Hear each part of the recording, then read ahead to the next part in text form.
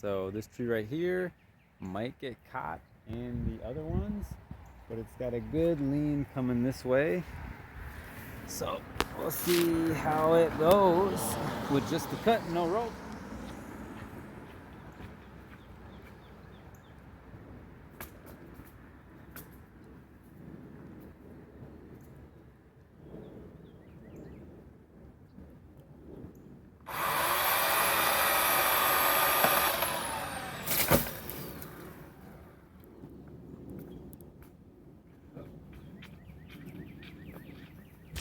Pretty much right where I was hoping it to go.